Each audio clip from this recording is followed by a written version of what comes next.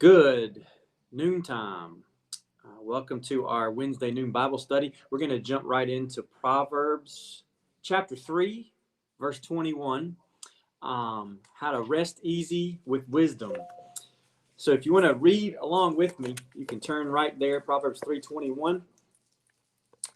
Last week we talked a little bit about wisdom and wisdom's role in creation and this wisdom's relationship to God. We're still sort of in this path of trying to define, well, what is wisdom? We know it's the beginning of wisdom is fear of the Lord, as Proverbs says, but what more is it? How do we understand it? And so we're continuing down that journey. And today we arrive at 3:21. My child, do not let these things escape from your sight.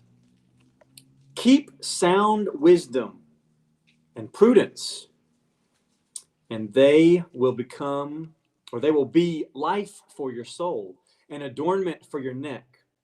Then you will walk on your way securely, and your foot will not stumble. For if you sit down, you will not be afraid. When you lie down, your sleep will be sweet. Do not be afraid of sudden panic, or of the storm that strikes the wicked, for the Lord will be your confidence and will keep your foot from being caught. Do not withhold good from those to whom it is due when it is in your power to do it. Do not say to your neighbor, go and come again. Tomorrow I'll give it to you, when you have it with you right now. Do not plan harm against your neighbor who lives trustingly beside you. Do not quarrel with anyone without cause when no harm has been done to you. Do not envy the violent and do not choose any of their ways. For the perverse are an abomination to the Lord, but the upright are in his confidence. The Lord's curse is on the house of the wicked, but he blesses the abode of the righteous. Towards the scorners, he is scornful, but to the humble, he shows favor. The wise will inherit honor, but stubborn fools, disgrace. So those are the last part of chapter 3 in the book of Proverbs. Let's walk through this because there's certainly some stuff going on here about wisdom. Your Bible, if you read with me, and it might talk about wisdom in terms of security as a heading for this section. Several translations that I looked at did that. And so it's the beginning is certainly sort of saying to us, hey, look, with wisdom, you can rest easy. What does that mean and how does that work? Well, we'll have to see. But if you notice right off the start, we hear a phrase that we've heard already in chapter 2. Keep sound wisdom and prudence. We heard that. If you wanted to turn back to chapter 2, verse 11, you'd see that a very similar thing is said, but in a slightly different way. It tells us that wisdom will keep us. And here in verse 21, keep sound wisdom. Humans keep wisdom. It's sort of if you keep wisdom, if you follow, if you hold, if you enact, if you are wise, then wisdom will keep you. It's almost kind of a both and thing going on here. And there's certainly an element of safety and security in that as we read it. Because if you look just at the next verses following, if you keep wisdom, they will be life for your soul, adornment for your neck. Chapter 1 or 2, we had actually read a phrase about wisdom that talked about in very similar terms as this verse 22, almost like jewelry when we were in that precious jewelry section. And here we kind of see that again, but it'll be life for your soul. And it's kind of a comparison line, right? We see that a lot in Hebrew poetry. Life for your soul as a necklace might adorn your neck. Your soul will be adorned with life, if you will. Then it lets us know so keep wisdom. It'll be life for your soul. Then you will walk on your way securely and your foot will not stumble. So wisdom provides some sort of security in which we can rest easy. Our foot's not going to stumble. We're not going to find ourselves plundering around, stumbling around. And then we sort of get this next little section of phrases. If you sit down, you won't be afraid. When you lie down, you'll sleep sweetly. This is sort of describing that resting easy. You won't have to worry about anything. There's no need to fear. You'll be able to rest easy. So there's sort of the opening section. It's kind of telling us why we should follow wisdom, why we should keep wisdom, what it will do for us. And we've heard some of that before, because we just talked last week about why is wisdom so precious. And we were looking at it, it was being compared to different jewels, the most precious jewels of the day. Now we're getting that in a slightly different form, not just an analogy, but we're getting a little bit more, I would say, practical here. Yes, wisdom is as precious as a jewel, but then you ask yourself, well, why? Why is wisdom so precious? Well, it's about safety and security. When you do the right thing, you can rest easy. In some ways, this section kind of gets us into some things that we'll say a lot of today. Think about what we say today in terms of doing the right thing. What will we say? What goes around comes around. Yeah, there you go. That bad things create more bad things, but good things create more good things. Violence begets violence. You'll reap what you sow. Whether good or bad, you're going to reap it. This is a little bit, I think, like that. If you keep wisdom, then you'll find security. What goes around comes around. If you do wise, smart things, then you can expect good to come to you, because it puts something into the world, and you can expect to reap the seeds of what you've put into the world. That's a little bit of, I think, what's happening here, but we're gonna see a little bit more of that. So when we get into the next few verses, you're going to notice, if you look at 25 and 26 and 27, 28, 29, 30, 31, a whole lot of, they begin with a whole lot of two words, two words, and they're often on the rules when you walk into a teacher's classroom. Do not. Do not chew gum. Do not talk in class. Do not. Now, I remember when I was going through my educational psychology classes when I was in college back in the 90s, they would always tell us it's much better to say it in the positive than the negative. In other words, if you tell somebody not to do something, you can bet they're going to do it. You've actually planted the seed in their head to do it by saying don't. So if you want them to do something positive and right, you should say, do this. So instead of telling your students, do not chew gum, you should say something like, when you enter the classroom, place your gum in the trash can. Because now you planted the seed of what the healthy, right thing that you want them to do, and they're more likely to do that. But if you say chew gum, now I'm thinking, oh yeah, I would like to chew some gum. So you pull it out and chew it, right? Tell any one of us, don't eat chocolate, and all of a sudden we start craving chocolate, right? It's kind of human nature. But that's what we've got here. We've got a bunch of do nots. So let's look anyway. Let's see what they say. Yeah, this be mine doesn't do not. What does yours say? Mine says, when you lie down, you will not be afraid. That's verse. What does the next verse say? Yes, toward the end of 24. What does verse 25 when you lie down, your sleep will be sweet. What's the very next verse? Have no fear of sudden disaster or the ruin that overtakes the wicked. Yeah, that's a little bit better, because it's telling you what. It's not as negative. Yeah, it's not as negative. It's not a do not. It's a here's what you should have. Have no fear. There's still the word no in there, but have no fear. You almost want to say like just feel confident. That would be the more positive way to say it. But this is what we have, and let's examine maybe why we have it. The do nots sound a lot like what we Christians love to talk about. There's 10 of them. Yeah. It does, and you get a whole list of them here. Do not. And some of those are given in positive sense, like honor your father and mother. But then you also have some that are like do not murder, do not commit adultery, those kind of things. So this is a list that does, I think it's kind of reminiscent of the 10 Commandments. But nobody points to I don't know how many of these there are. I didn't count, but let's see. There's at least 1, 2, 3, 4, 5, 6. There's at least 6. And then a couple of them might say, do not this or that. So maybe there's 10 here for all I know, if we actually counted them all up. But we don't ever talk about the Proverbs commandments, do they? You know, the 10 commandments in Proverbs. We don't tend to go to Proverbs and think of them as commandments. But the way these are given is as if they are these rules for dealing with other people. And you're going to see that when we start to read them again. And they're kind of given as these non-negotiable rules. Like, this is what you should do. No questions asked. Or this is what you should not do. So here we go. Do not withhold good from those to whom it is due, when it is in your power to do it. Sounds like a sermon I heard. Does sound like a good sermon. Huh? The one you preached. There you go. So check back Sunday's sermon if you're on Facebook or YouTube, and it sounds like that. What is this about? Do not withhold.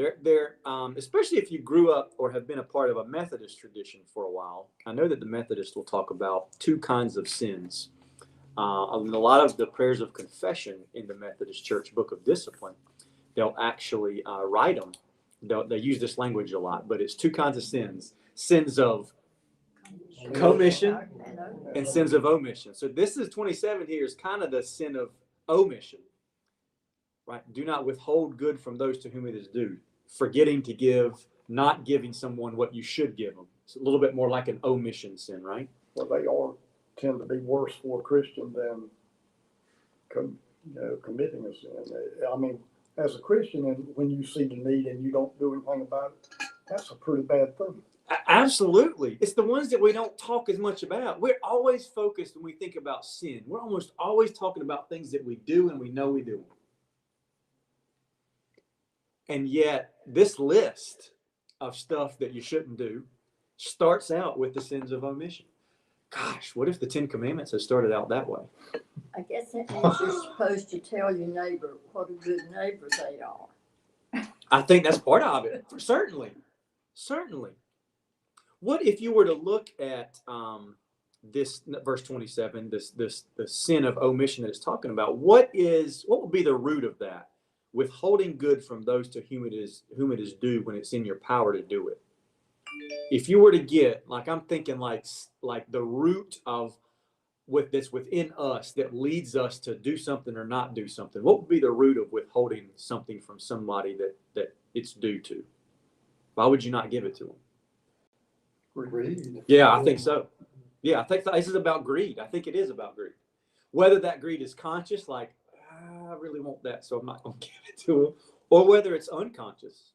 Because greed can be, we can do stuff and make decisions that are very greedy and selfish in a very unconscious way. In fact, it's probably the unconscious greed and selfishness in us that's the bigger area of sin and wrong and error in our life than willfully thinking about greed. Because usually if we willfully think and we realize, oh, I'm being greedy, it might lead us to take a different action, right?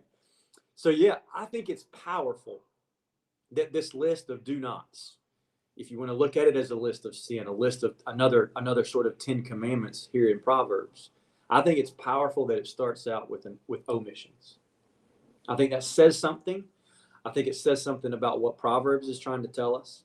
And I think it says something about what wisdom is. You think you're wise by just thinking about all the sins that you know you do? Well, true wisdom is that you taking the time and the attention towards those things that you're not even aware you're not doing. So there's maybe a little bit of a piece of an answer about part of what wisdom is. We've been asking that question. What is wisdom? Well, wisdom is not withholding good from those to whom it is due when you have the power to give it to them. Let's keep going because there's more. Do not say to your neighbor, this is verse 28, do not say to your neighbor, well, just go and then come again because I'll give it to you tomorrow when you have it with you right now.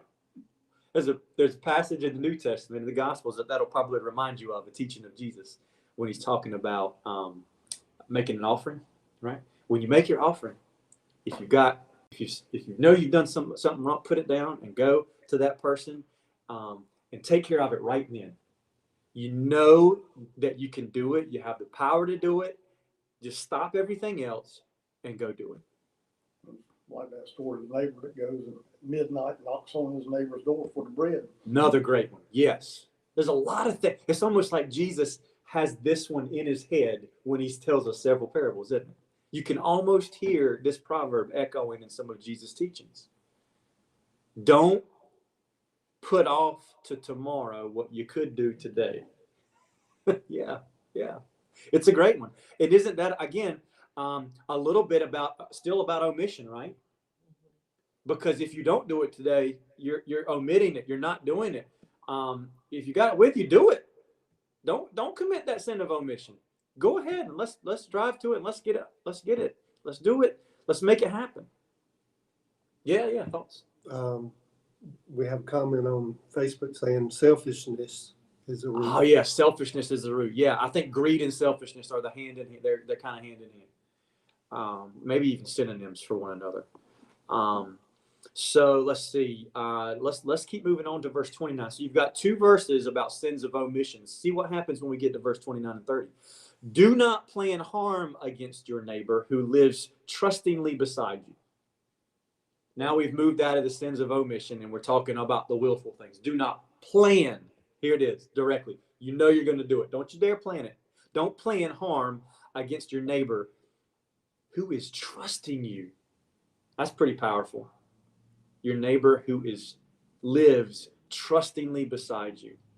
Isn't that an interesting perspective to start from the framework that the people that you live nearby, the people that are in your community, they're trusting you to do the right thing.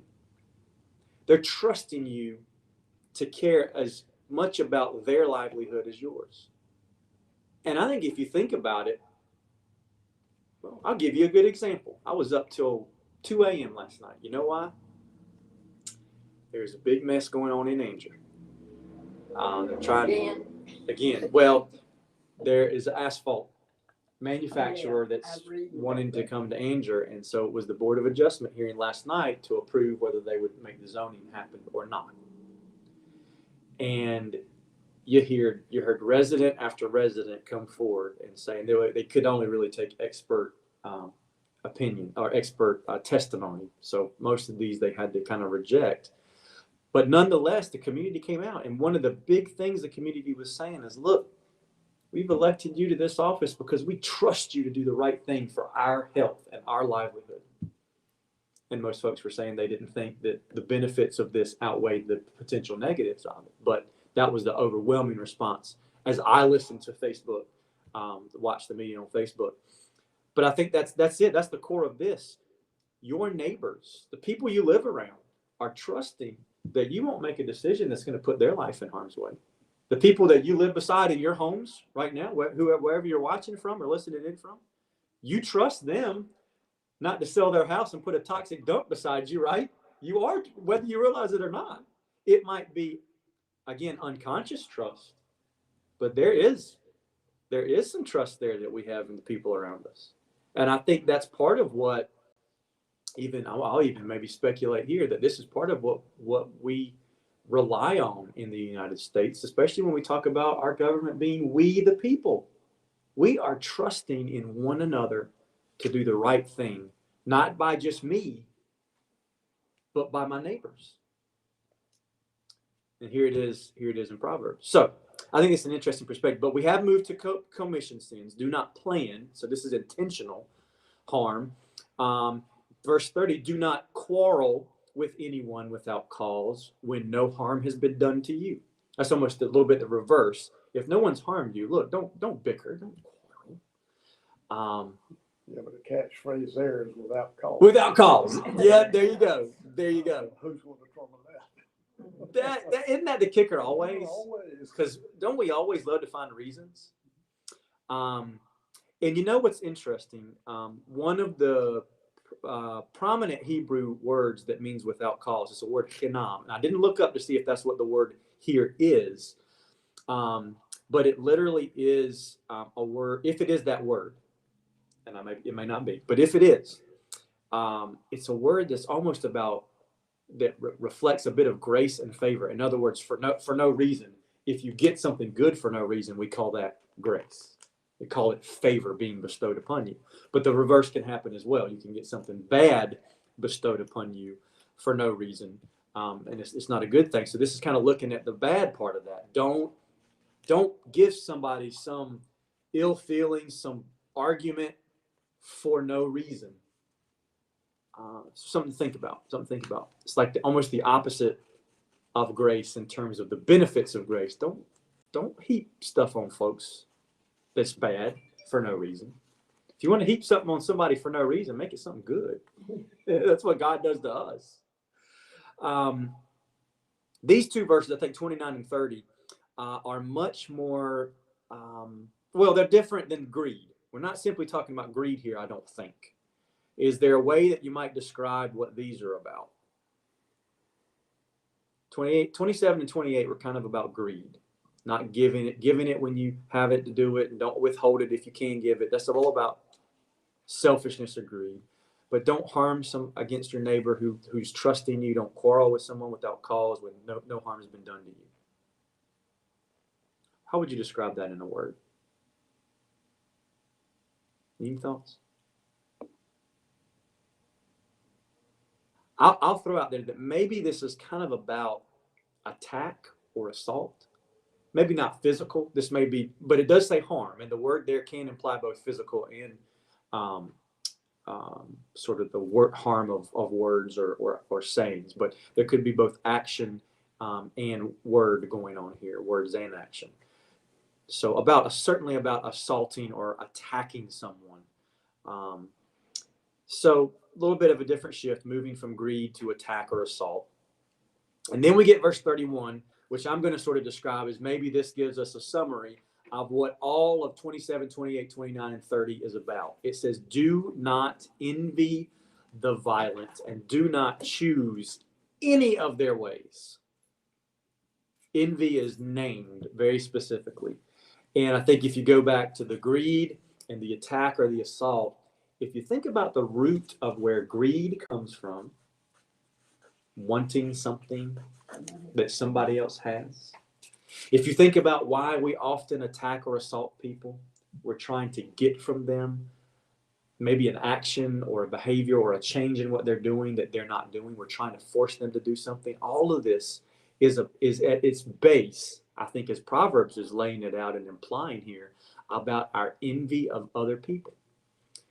Don't envy the violent and do not choose any of their ways, for the perverse are an abomination to the Lord, but the upright are in his confidence.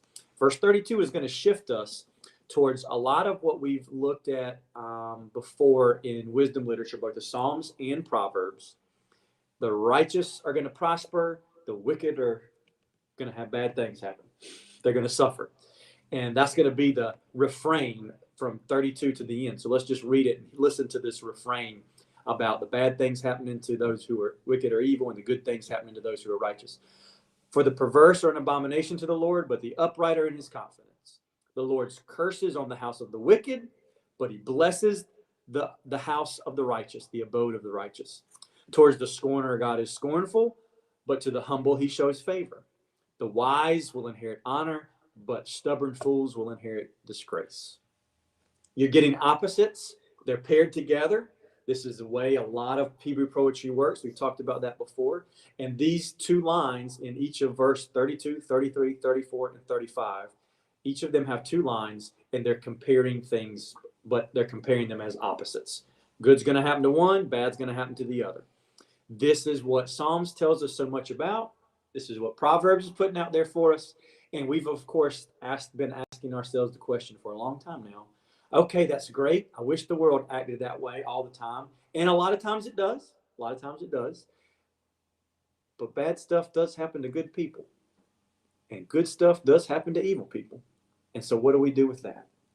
There's always exceptions to the rule, right? And I think that's the deeper question. So I'm going to point you back to something that Ryan mentioned to us. I see Ryan's watching, so Ryan will certainly remember. But think of this again in terms of statistical probability, right? If you do good, chances are you're more likely to reap good. If you do bad, chances are you are more likely to reap bad. Does that mean there aren't exceptions? Of course not.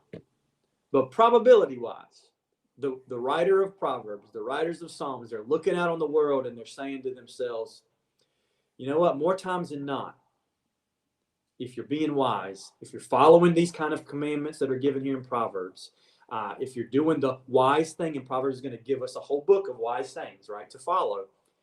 If you do those things, more likely than not, things are going to go better for you than if you don't. Not to say that there won't be differences, there won't be exceptions, and that sometimes you won't do something great and then get crucified for it. But you don't truly do good expecting good for you.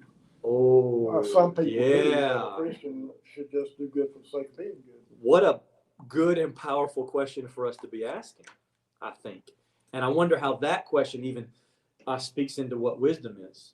That might be one for us to hold on to, John. I think so, because are we, from what Proverbs is saying, just to stay at this place in our faith? Is it, in other words, is it giving us an argument that's supposed to compel us just because we want a good stuff to happen to us? Is that the reason? Is that the motivation for following wisdom? Because good stuff will happen to you?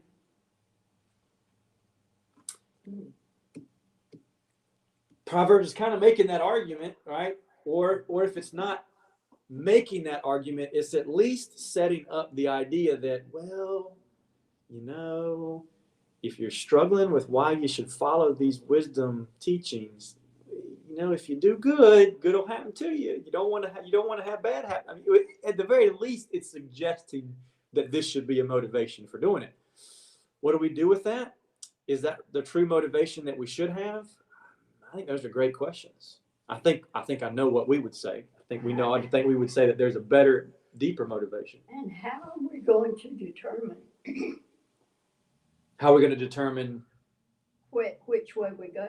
which way we go? Yeah, How do we know for certain yeah, the good, the bad? yeah. Whether we've, well, I think I love it. I love it. It's a great question. So I think I'm going to try to nudge us towards an answer to that, Ms. Beulah. So if I were to take all of this and sort of bring it together in a summary, part of the idea that's happening in Proverbs here is that by giving fitting rewards, by giving a reward that fits what you've done, good to the righteous, bad to the evil, that by doing this, God helps the humble while subverting the evil or the wrong attempts of those who are wicked or evil to gain at the expense of their neighbor. Is that too convoluted? Can you say it a different way? The evil, the wicked, if you look at this, if you were to follow their path, they're out, as Proverbs is suggesting, to gain for themselves greed, assault, attack, by doing wrong to another person. They're using, consciously or unconsciously, they're using wrong to gain for themselves. If God rewards the righteous and punishes the wicked, then God is setting up a system which subverts the evil folks who go out there to try to get for them at the expense of other people. So there's a certain, in other words, this is about justice. Proverbs is saying God has written something into the foundation of the world, into creation, whereby if you're doing wrong that is about harming people, that's about getting for yourself at the expense of others, you can expect some bad things to happen because God's trying to make things right. God's trying to bring light to darkness. God's trying to make things just. Conversely, if you're out there doing good, if you're giving to a neighbor when you have it to give, if you are not withholding, if you are treating others as you should treat them according to what wisdom is going to tell us throughout this book, then you can expect rewards from God. And that's about lifting you up for doing the right thing. We do this, teachers do this in school, right? It's the reason you punish kids who do bad, but the kids who do bad, they're trying to get something. It's some kind of selfish motivation within them, right? So that if you look at wisdom from this perspective, what is wisdom? Well, wisdom consists then in knowing what properly belongs to my neighbor at the proper time, in the proper way, by virtue of who my neighbor is and my relationship to that neighbor. In other words, doing the right thing, if I'm going to follow this track, means that I've got to pay attention to my neighbor and realize and think about and consider and discern and reflect on for myself, what is the good thing at the good time that's in my power to do for that person. And by doing that, God will reward you. By doing that, you're showing humility. You're putting someone before yourself, and God will lift you up. And that's part of how God brings justice to the world. I think that's part of the ethic that Proverbs is saying here. And so if you think about that in terms of justice and love, the love that Jesus talks about, love of your neighbor, should be like love of yourself, Jesus says, right? That justice then is about people granting what is rightly yours to you when they have the power to do it. It's about you granting to another person what is their right or dignity to have when you have the power to do it. And so I think to tie into your question, Mr. Bill, how do you know? How do you know when you've not done that? How do you know when you have done that? Because a lot of people might have a lot of different ideas about what is rightly due to my neighbor. Well, Proverbs, I think, as we read it, and I think you get a little bit of it here because it talks about God. God is sort of the arbiter of this. God's the one putting the lifting up and the pushing down in place. That, well, you might fool other people. You might even fool yourself about what is right and what is wrong, about what is properly due your neighbor and what's not. But you won't fool God. I think a lot of times we are trying to fool others, and we are fooling ourselves when we really know. We feel some kind of way when we haven't done something, when we realize that we omitted something that we could have done or should have done. I think we know deep down. I think a lot of times we don't think deeply enough about it. We don't ever consider. We just go about our own lives, focused on our own selves, and it becomes like that sin of omission. And I think the only thing, maybe not the only thing, but one of the things that we get if we read scripture from Genesis through here to Proverbs, well, how do we know what is properly due to our neighbors? I would say maybe we go back to Genesis and see what God did in the beginning for us. God did stuff for us that he called what? Good. What is due our neighbors? I would say, well, the answer to that is what is good. What's good for them is what is due them. That you'd have them do to you. Exactly. I think those are some of the answers that we have. Do unto others as you would have them do unto you. And what is the opposite of that? What's at the core of it? Exactly what Proverbs has just said: envy and greed. When it becomes about self rather than about the other person. So in a certain way, this section of Proverbs is teaching us exactly what Jesus teaches us, what Jesus comes to show us more clearly. The last shall be first. The first shall be last. You put yourself first, well, God will find a way to make you last. Put yourself last. God will find a way to make you first. What's the parable about the God will lift the humble and push down the ones who exalt themselves? The two guys who pray, and one prays out of humility. The priest, I think it is, prays out of, thank you that I'm not like this other guy. And what does God do? Humbles him and exalts the one who prayed, oh Lord, I'm a sinner. Just help me and forgive me. Yeah, I think that this absolutely ties into what Jesus has to teach us, and maybe we see it clearer in Jesus, but I think at the very least we can look at Proverbs and we can see the seeds of all that stuff right here. Does that it doesn't make a clear answer, does it? No. No. But it means that there's questions for us to ask. Am I motivated by greed? Am I motivated by envy? Am I motivated by selfishness, by what I want at the expense of someone else? Or am I motivated by following in the footsteps of God, our Creator, who did what is good for the world, for creation, for his creatures? Am I motivated by the good that I can do for my neighbor? Or am I motivated by the good that I want for myself? So I think it causes us to question our motivation, maybe, is one of the answers. And you may fool others. You may even fool yourself, but you won't fool God. But when you do good, you receive so much. That's exactly what Proverbs is saying too, right? That's part of the way God lifts us up, right? You do good and you feel it. We talked about this on Sunday a little bit, or was it last Sunday or this Sunday? But you can't. Who has not done something good for someone and not felt, or who has done something good for someone and not felt the power of that being good in your life, that it lifted you up, that it made you feel good? One of my favorite quotes is, you can't feel sorry for yourself if you're doing something for somebody else. Wow. I'm going to say that louder just to make sure folks on Facebook heard it. You can't say it. We'll say it one more time. Say it one more time. Loud, John. You can't feel sorry for yourself if you're doing good for someone else. Can't feel sorry for yourself if you're doing good for someone else. Powerful. Well, maybe that's the best summary of Proverbs 3, 21 through 35. That might be a really good summary.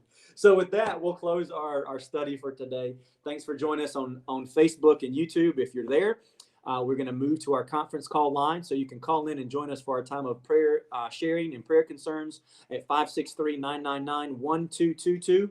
If you're already on that call, stay right there. Don't hang up. We will turn our attention towards sharing with one another and praying for one another.